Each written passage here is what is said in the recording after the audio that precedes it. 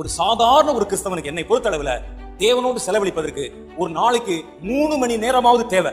அது இல்லாவிட்டால் நீங்கள் எங்கேயோ தப்பு செய்கிறீர்கள் என்று அர்த்தம். அட்லீஸ்ட் 2.5 மணி நேரமாவது தேவை. 2.5 மணி நேரம், 2 மணி 20 நிமிஷம் தசமபா மாதிரி வச்சுங்களேன். கர்த்தர் ஒரு நாளைக்கு உங்களுக்கு 24 மணி நேரத்தை கையில் அளந்து போட்டுறார். காலையில் என்று சொன்னா 24 மணி நேரத்தை கொடுத்துறாரா, கொடுக்கலையா? எல்லாருக்கும் ஒண்ணுதான். ஊழியக்காரருக்கும் பாஸ்டருக்கும் அதுதான், விசுவாசிக்கும் அதுதான், பெரிய ஊழியக்காரருக்கும் அதுதான், சின்ன ஊழியக்காரருக்கும் அதுதான், பிரதமருக்கும் அதுதான், ஆபீஸ்ல வேலை செய்யற பியூனுக்கும் அதுதான். எல்லாருக்கும் 24 மணி நேரத்தை அளந்து போட்டார்.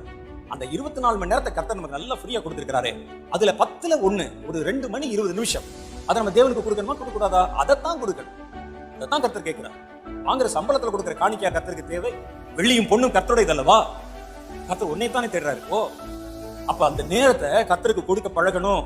அதை செய்ய முடியாதபடி தடை செய்கிற ஆவி பார்வோனுடைய இருதயத்திலே ஒரு விசேஷித்த ஒரு வித்தியாசமான தந்திரத்தை கொடுத்துச்சு பாருங்க. அந்த ஆவி இன்னைக்கு கிரியை செய்து சபைகள் நடுவில், ஊழியங்கள் நடுவில்